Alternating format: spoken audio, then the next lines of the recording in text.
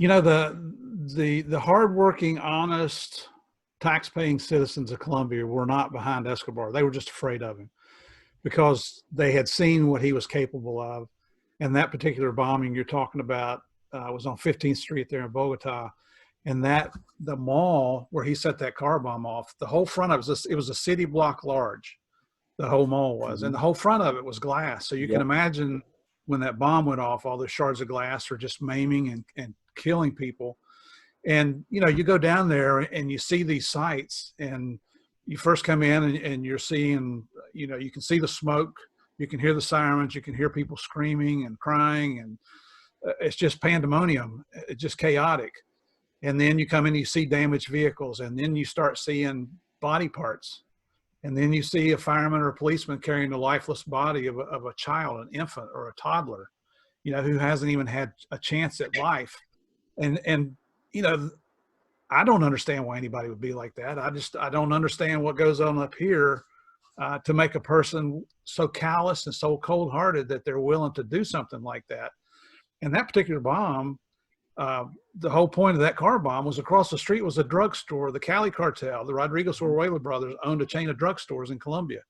And they just wanted to blow up the drugstore, but they killed all these innocent people who just happened to be in the wrong place at the wrong time. So you see things like that. But then up in Medellin, like the road leading up to the prison, there were people that lived along that road. He sent his Sicarios out and talked to them and said, hey, you know who's staying up here in the prison?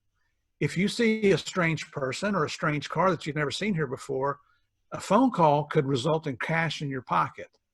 Well, if you didn't make the phone call, you know what that would result in? Not only are they going to kill you, but they're going to kill your entire family, because when Pablo killed somebody, he just didn't kill the one person. He sent a message. And you know what? Through just example after example after example of that happening, you know, people were just genuinely afraid of this guy because he was very psychotic. He was willing to kill anybody and everybody to get his own way. I mean, you mentioned the Sicarios there. We should probably explain as well. The Sicarios were mostly teenage lads from Colombia, or very young lads. And there's a point in the book where you apprehend one of the Sicarios, and he essentially goes, you know, I've made enough money to set my mum up and get my mum out the slums of Medellin. You know, that's good enough for me. I'll die for Pablo Escobar. Is there a point, and I'm bearing in mind as well, the average age for these Sicarios was like 21, 22. It was, you know, it was a short but fast life to kind of set up their parents. Do you feel that, is there any sense of remorse or sorrow for the fact that these kids were essentially brainwashed, or even though they were on the opposing side to the both of you?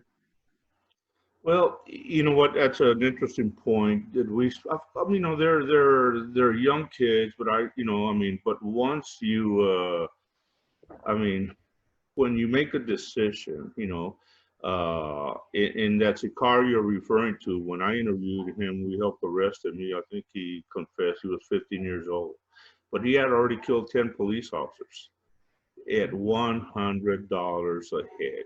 So a human life for $100,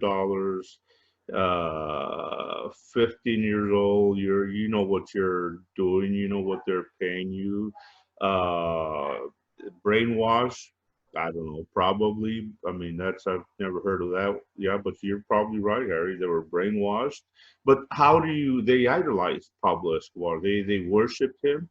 They wanted to be like other Sicarios. They wanted to work for the boss. They wanted, you know, and we talked about Pablo Escobar, that personality that he had, that, you know, he did have that charisma, you know, and when he'd go to recruit Sicarios, one of his signature handshakes was he'd hug them. He'd hug them, you know, Sicarios were in awe, and obviously, you know, money. And a lot of these young kids, you know, grew up in poor neighborhoods.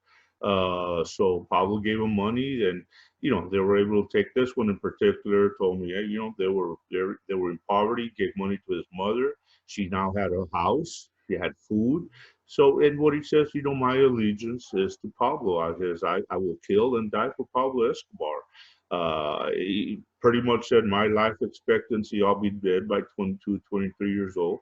So you had all these young thugs who wanted to work for Pablo Escobar and who do not hesitate in taking a human life. I mean, and I'll always recall that interview in that it was just a matter of life. He said, you know what? Yeah, hey, I get $100. I don't care who I kill. As long as there's a police uniform.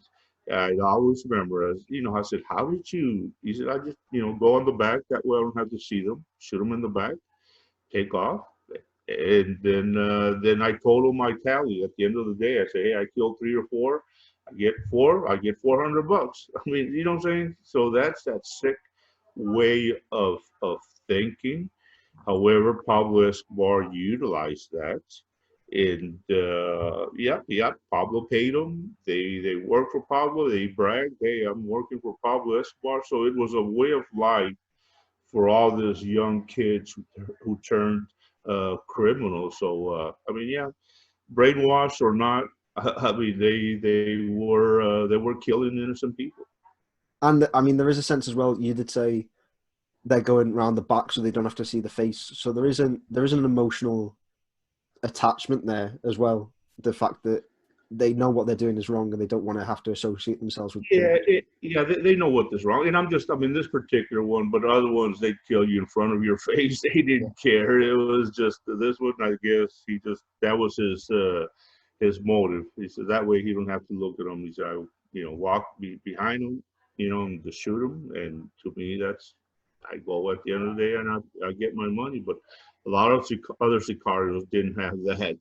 They didn't care. They'd shoot you in front. They'd shoot you, and they'd go after your family members.